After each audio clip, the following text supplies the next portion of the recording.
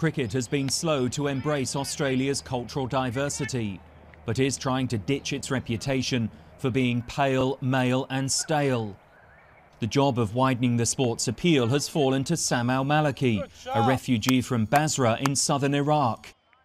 He was first exposed to the old colonial British game as an 8-year-old asylum seeker at a detention centre in Sydney.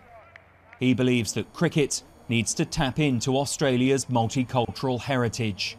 Naturally, there's good times and there are times where you struggle and go through a rebuilding phase, and that's what's happening at Australian cricket.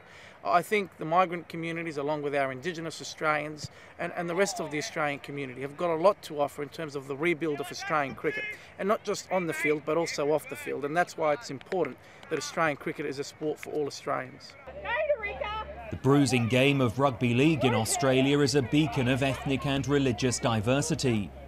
At a grassroots level, the powerhouse sport has actively embraced the enthusiasm of the indigenous community, along with migrants and women.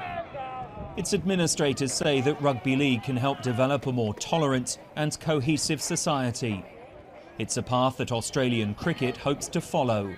We have a pretty good mixture of children. We've got a new boy who's Vietnamese. We've got a few boys from India, one from Sri Lanka, a Maltese player, a few children from Australia.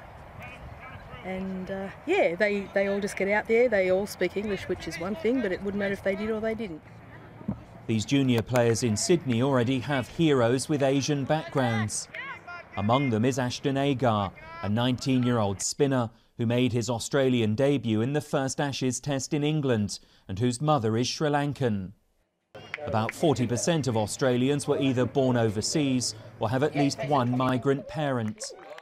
While immigration from Britain and New Zealand remains high, there have been large numbers of new settlers from India and China, which could eventually change the face of Australia's national cricket team.